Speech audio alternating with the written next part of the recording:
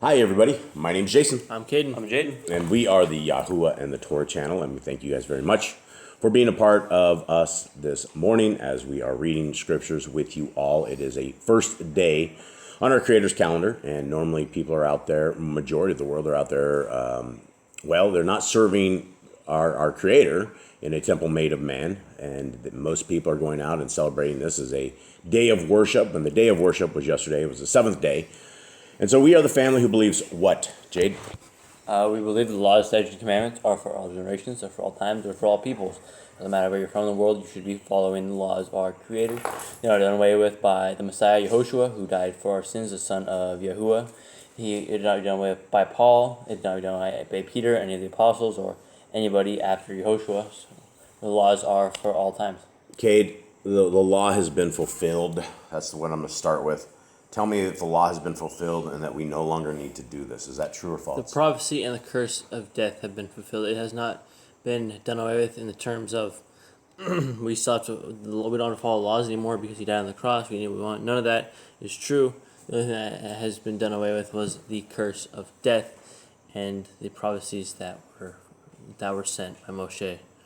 Well, some scriptures say all food has been made clean. It also says the law has been fulfilled. What scriptures? Well, that would be the NIV, the New International Version, the translation that was done by a very corrupted group of people. But a lot of people are confused in this, and a lot of people believe that there are no laws or regulations that we must follow. And if you want to find a kingdom, if you want to find a time with our Messiah, Yahushua, Jesus the Christ, if you want to find a moment in the world where you are going to be hanging out with our Creator, it's not going to be a world where you are disobedient. It's not going to be a world where you are clinging to grace, grace, grace as you have forsaken the laws, statutes, and commandments of our Creator. So it takes two different things to make the kingdom. It takes the laws, statutes, and commandments, and it takes the faith of Messiah Yahushua. That is essentially what the scriptures say about salvation. Now, salvation is not something that you can just pick up a card and get. It's a punch card. You can just happen to get this. There's no once saved, always saved. Salvation is based upon fear and trembling and a lifestyle and a world change where you become opposite of what the world is. We get pulled out of it. We are no longer that old man that lives in sin. We understand that there is a set of regulations, and we go over every one of these laws, statutes, and commandments every Shabbat, which was yesterday, and we have a Sabbath video that we do, and the first 15-20 minutes is all just going over the laws, statutes, and commandments of our Creator. Now, we are into another book, but before that, I want to go ahead and talk to everybody real quickly about the Yah Scriptures. Guys, this is $70. The Hallelujah Scriptures, they grift people for $380. If you want shipping with this, it's a $400 book. This book is bigger, it's larger font, it's hundreds of dollars cheaper. And not only this, for every scriptures that is ordered, we are able to put a full scriptures into our brothers and sisters in chains. So this has been built as a full ministry to take care of a group of people who have been neglected for decades. And so those people are the people who are locked in chains. And so, guys, these Bibles they're starting to float across. They're right at the dock in China right now. They're waiting for the ship. And so the ship is hopefully going to be this week. Sorry for my dogs. Once they're loaded on the ship, it's 15 to 30 days, depending on when it is, to get to the shores of America where we have a distribution center, and they are ready to make this happen. Now, and that takes us in to our lesson for the day. And before we go into the lesson for the day, I want to go over quickly for those who have never been following through. We do all sorts of scriptures, and so this is pretty much common stuff for us, but for a lot of you guys, if you're just joining in on this, these are daily scriptures that we read. We're just going right through the scriptures, reading right through in order, and this is where we're at right here. The first years of Israel had no kings whatsoever, and it wasn't until Israel declared they wanted a king that they and Yah says, "Are you sure you want a king?" And which prophet? Who was that? Samuel, right? Yep. Samuel and the king. Mm-hmm. And Samuel told all the people, say, "Hey, he's going to take all your men are going to fight for him. They're going to carry his chariots. He's going to take all your land. He's going to do all this kind of stuff." And the people are like, "Give us the king." And so Yah gave them Saul, and Saul was an okay king for a while. He was just that he had some issues. He had some demonic possession, some unclean spirits that were completely taking him to school. That takes him into David, where he and David had incidents where he was chucking spears and things at David because the unclean spirits got to him and he couldn't deal with life anymore. And then David had Solomon, and Solomon was probably one of the worst kings as far as what he allowed Israel to do. He had many, many wives. They all went after different various gods. Israel was completely, it was rich, but it was also completely destroyed under the hand of Solomon towards the end, where he led everyone astray spiritually. And so he destroyed Israel spiritually, and then everything got broken up, and everything was taken out from his hands. It went into Jeroboam, Rehoboam. And then the only good king that Judah had, which was the southern kingdom, was Asa and Jehoshaphat, according to this, and according to us as well. So here we are. Ahab, I think, gentlemen, let's take it from here. Where are we at? I think Ahab, he's dead now. He dead. Yeah, he finally died. Yeah, he finally died. He died in his chariot, right? Jezebel, I think, is still alive. Yeah, that old bag is still out there. So let's But not for long.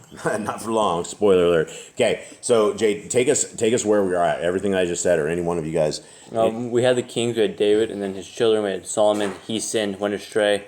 Yahuwah ripped the rain not away from Solomon because the promise he made awaited, but he ripped away from his son Rehoboam. Rehoboam only had one tribe, and the other tribe went to another man up in Shomeron, and he became sinning. His name was Jeroboam, and they all started sinning. They all started worshiping other idols, started going astray. Each one of them started doing more wickedness than the one before, and it'd be rare that a king would be good, so only in Judah was there a good king here and there. But we are through many, many generations, and they're all just sinning, and they all curse. We have the prophets that they slaughter all the people who are the prophets, and the prophets prophesy against them and tell them that they are, who's going to destroy them. Yep. So here we are, after more kings, we're out to Ahab, which I think he's one of the he's probably Of the kings. He was there 22 years, and things really were bad. He listened to Jezebel. Jezebel ran everything, basically. Yeah, he was a beta male. That Ahab was not an alpha. So let's continue on. Let's go right here. And so we are into the second book of Kings, MELAKIM 2. Ahab was so weak, he started throwing a fit and not eating when he was told he would Yeah. get land sold to him. He threw a mantram, and he had what you would literally a man's breakdown of a mantram, crying the blues, stamping his hands, yelling, what's going on. Now, for anybody who wants a free version of this Yah Scriptures, what we're reading right here, there in the bottom in the description below are all the links. It's all free, completely free. We're reading out of the Google app, which has not been released yet, but it will be completely free once we're done. It's insane that we actually are getting the book out before the actual app. Simply because we had no idea. We only thought the app was going to take like 2 or 3 months, and there it is. So I'm going to give a second. Actually, my dog just stopped drinking. Sorry, guys. That was like rough. So here we are. 2 Kings 1.